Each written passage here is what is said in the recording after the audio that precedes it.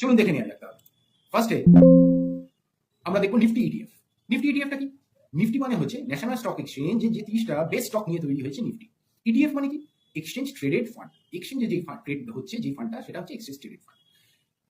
এই 50টা শেয়ার আমার পক্ষে কেনা সম্ভব না, শেয়ারের দামের ওঠানামা থাকতেই পারে, কিন্তু আমরা জানি আমরা আগে ডেভেলপিং ইকোনমি ছিলাম, কিন্তু আজকের দিনে দাঁড়িয়ে আমরা কিন্তু আর ডেভেলপিং ইকোনমি নই।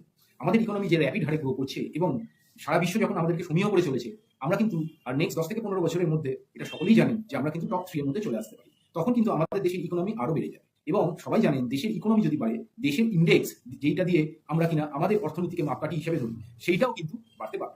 এবং যে যে কোম্পানিগুলোকে আমরা বেস্ট কোম্পানি হিসেবে ধরি, যেমন সেটা এসবিআই হতে পারে। আমরা জানি এসবিআই 10 বছরে উঠে যাবে না, রিলায়েন্স 10 বছরে উঠে যাবে না, এসিসি সিমেন্ট সকলেরই লাগে, আল্ট্রাটেক সিমেন্ট সকলেরই লাগে, এটা 10 বছরে উঠে যাবে না। তাহলে এইসব শেয়ারগুলোতে আমরা তো ইনভেস্ট করতে পারবো না, অত টাকা নেই। তাহলে আমরা যদি একটা পুল অফ ফান্ডে, যেটা নিয়ে নিফটি তৈরি হয়েছে এই 50টা স্টক নিয়ে, যদি সেই রকম একটা ফান্ডে ইনভেস্ট করি, তাহলে সেটা আমাদের পক্ষে কিন্তু অনেক সিকিউর এবং মার্কেটের ভোলাটিলিটি থেকে আমাদের বাঁচাবে।